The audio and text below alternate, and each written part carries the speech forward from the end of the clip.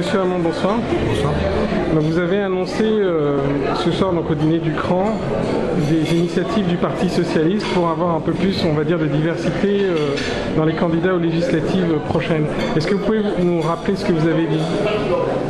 L'élection sur laquelle il est jugé le plus difficile aujourd'hui de faire arriver la diversité, c'est le scrutin majoritaire à deux tours. On n'entend pas très bien, excusez-moi. Alors je vais recommencer. En général, en matière de diversité, on favorise, ou en tout cas on privilégie les élections à la proportionnelle.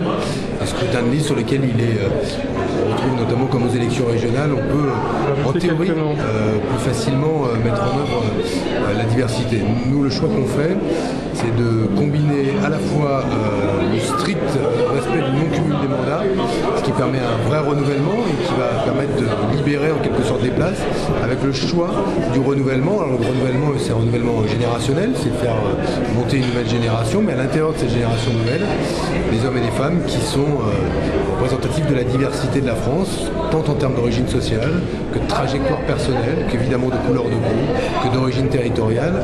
C'est le choix politique qu'on fait, qui est un choix qui ne va pas se faire sans que ça frotte. Forcément, il y aura des résistances. Et moi, comme d'autres socialistes, je ne suis pas naïf sur la réalité de ces résistances, y compris à l'intérieur du PS. Et c'est un choix politique qui correspond à une volonté aussi de marquer ce qui est pour nous le passage d'un monde à un autre. On nous a dit qu'après la crise, le monde ne serait plus jamais comme avant. Tout ça est très loin d'être vrai, mais si en même temps des hommes et des femmes et des responsables politiques ne sont pas des passeurs, c'est qu'ils n'aident pas de passer d'un paradigme à un autre, eh bien on n'y arrivera pas. C'est le choix politique qu'on fait, c'est pas le seul, et c'est un des choix politiques qui montre que le Parti Socialiste tel qu'il est aujourd'hui est très différent de ce qu'il a pu être dans le passé. Alors, est-ce que vous pouvez nous communiquer des objectifs chiffrés en termes de candidats, on va dire? Alors, vous n'aimez peut-être pas les statistiques, mais disons, vous avez quels objectifs, on va dire, de candidats qui n'ont jamais été candidats avant pour le PS sur les nouvelles listes? C'est difficile de dire comme ça combien il y en aura. En tout cas, il y aura, ce sera plus qu'une poignée de main. L'objectif, c'est, pour dire les choses telles qu'on les voit, l'objectif c'est que ce renouvellement se mesure, qu'il soit perceptible et qu'il soit perceptible très clairement. L'objectif c'est un vrai renouvellement générationnel, mais pas de virer les anciens pour y mettre des jeunes. Moi j'ai jamais pensé qu'avoir 10 ans de moins que quelqu'un ça vous rendait forcément plus intelligent. C'est qu'objectivement la représentation du peuple à l'Assemblée nationale soit plus ressemblante au peuple qu'elle ne l'est aujourd'hui. Et j'insiste, c'est d'abord une affaire de diversité sociale, et cette diversité sociale, si on sait l'incarner, ce sera aussi une diversité en termes de couleur de peau et en termes d'origine pour justement...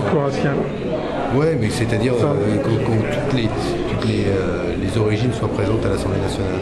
Alors on l'a vu avec l'affaire Fraîche, il n'est pas toujours facile pour des partis comme le vôtre d'imposer leur choix aux barons locaux, comme on les appelle. Quel moyen aura le Parti Socialiste de contraindre des gens à appliquer la règle que vous voulez imposer du mandat, enfin du non-cumul? On a vu surtout avec l'affaire Fraîche du courage politique. Quel est l'autre parti qui aurait ainsi pu renoncer à une région? Nous, à un mois des élections, on a fait un autre choix.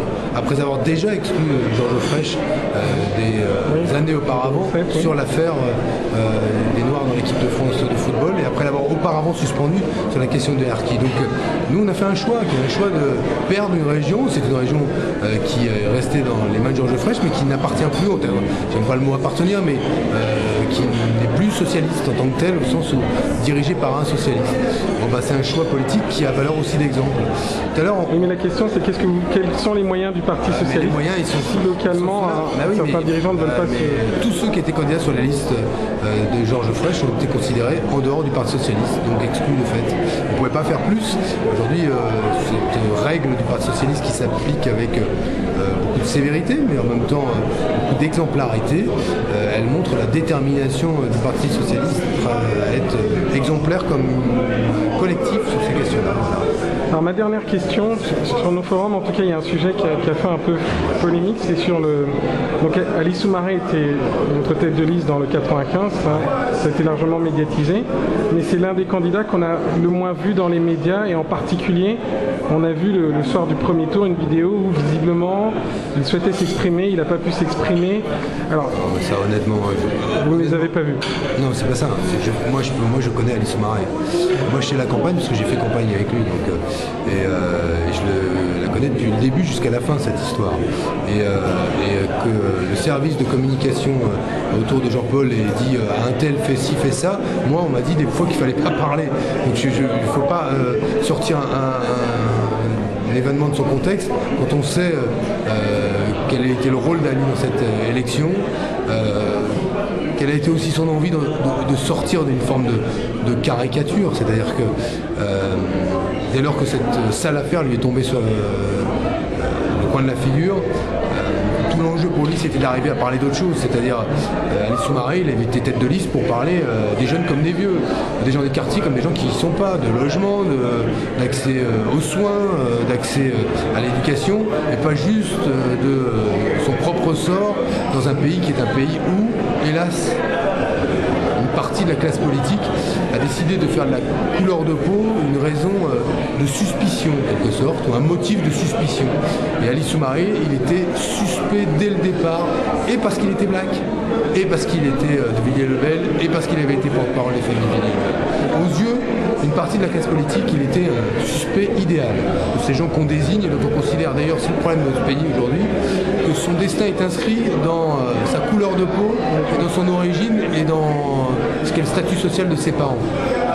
Et donc on l'a vu, je veux dire, Patrick Lozès l'a dit ce soir, ça fait quand même 1 an que le climat se détériore en France et qu'il est nauséabond. C'est-à-dire que Hortefeux puisse dire que ce qu'il a dit c'est pas raciste sur les Arabes, c'est juste pas sérieux.